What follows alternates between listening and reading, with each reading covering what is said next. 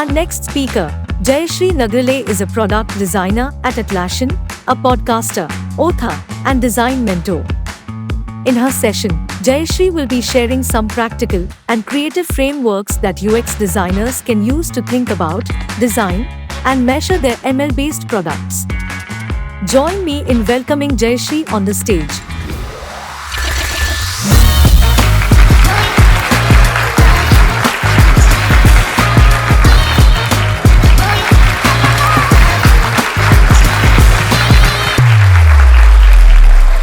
Hi everyone, my name is Jayasri. I'm a lead product designer at Atlassian, and this presentation is going to be about UX design for ML-based applications.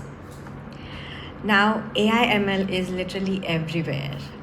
There are lots of new apps being released into the market almost every week, and all the existing apps and products, either B2C or B2B, they are looking at ways on how to incorporate ML-based features and ML-based solutions into their existing products.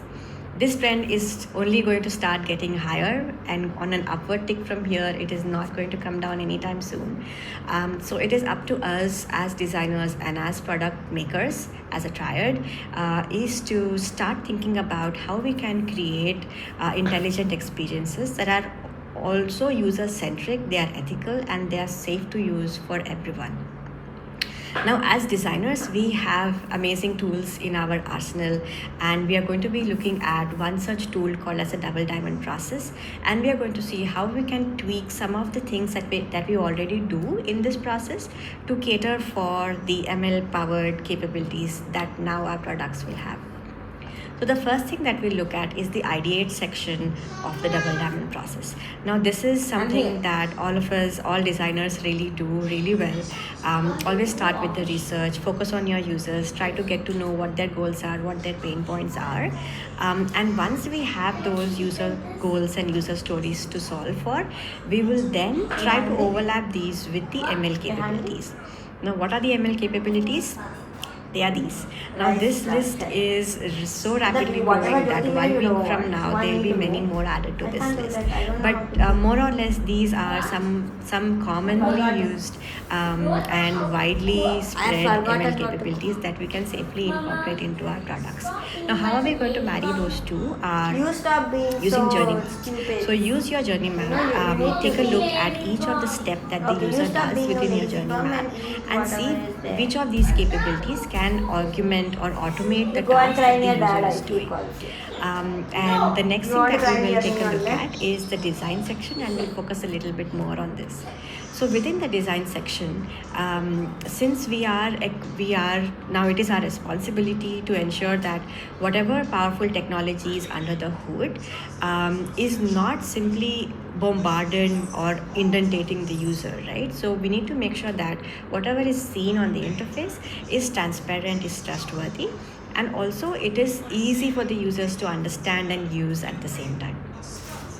Looking at some of the pitfalls that ML-based apps or ML in general gives us is now looking at some of the pitfalls that we are seeing looking at some of the pitfalls that we are seeing from the ML capabilities within our apps. Some of these are trust and transparency. Sometimes there can be a lot of bias that creeps in, not intentionally, but because of the data sets that are being used. There's also a fight between control and ownership as to how much does a machine have to do versus how much a human does. There is so much of technical complexity. There's so much of technical complexity that it is hard for the interface to remain there's so much of technical complexity that it might be sometimes hard for the interface to remain simple and clean.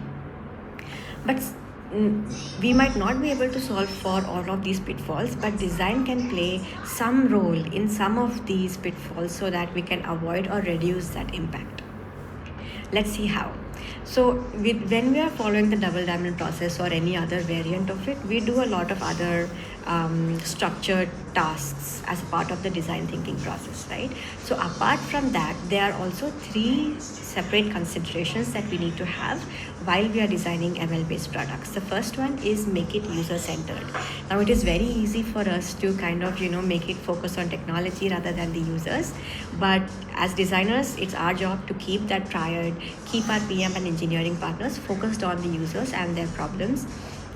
When we are personalizing an interface, ML does equip you with that feature, with that power, but do it with care. Always have that iterative loop of collecting user data, iterating it, and collecting feedback and improving the experience. Always have that on. And if we are introducing ML features within an already existing app, make sure that there is sufficient help and onboarding given to the users so that they feel at ease. The next thing to keep in mind is transparency. Now, designing for explainability is huge, and it also plays a huge factor in making products usable and increase the user adoption. Now, these are some of the frameworks that have good checklists that we can use as designers to make sure that whatever we are doing and whatever we are creating is explainable, is transparent for the users.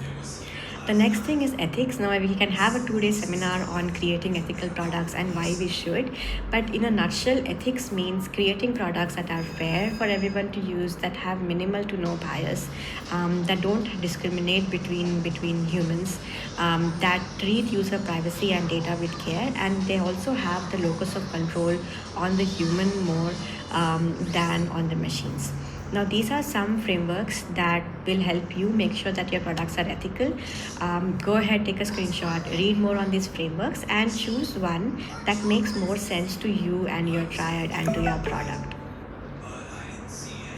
Now, these are some frameworks that will help you make sure that the products that you are making are ethical. So go ahead, take a screenshot, and then choose one that makes sense to you, to your triad, and to your product. The next section that we will talk a little bit about is measuring. So what do we do when the product actually goes into the world? So right now, as designers, we are already measuring experiences. We are doing this by using KPIs such as user engagement, satisfaction, task completion rates, churn rates, so on and so forth. So we do all that. Already we are doing that, we continue doing that. Apart from these are 4 more things that we need to look out for. The first thing is usability, right? So out of the things that we are showing, out of the ML-based output that's being generated, is it usable at all? Are our users able to make sense or comprehend what is being seen? Are they too inundated by too much information? So this can easily be found out using surveys and testing. So have those in place. The next thing to measure is trust. What is the perceivable trust that the user has in the system? What is the perceivable control that the user feels that they have in the system? And how much secure do you think the system is? So these can also be found out using surveys and interviews. But trust is a major factor that also helps you increase the user adoption for ML-based features. So pay attention to it and keep measuring that. One other thing to measure, and that's like really important, is the accuracy of your ML models and how accurate is what they are generating.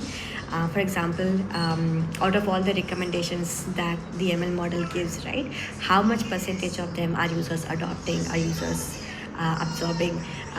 What is the user feedback on those predictions? Are they saying that, hey, this is not useful to me, or are they giving it a thumbs up? What are the number of false positives that your ML model generates?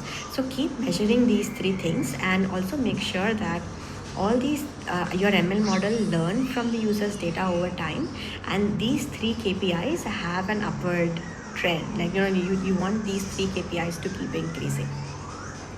Now, to summarize in a nutshell, it's not the time for us to shy away from technology. It's not the time for us to say, hey, this is not for me, let the engineering take care of it. So let's come together, let's empower ourselves and our triads to create products that are powerful, intelligent, but also ethical, user-friendly, and safe at the same time. Let's create the future. Now, if you had liked this presentation and if you want to hear more, please feel free to connect with me on LinkedIn, and I'm looking forward to connecting with you. Thank you.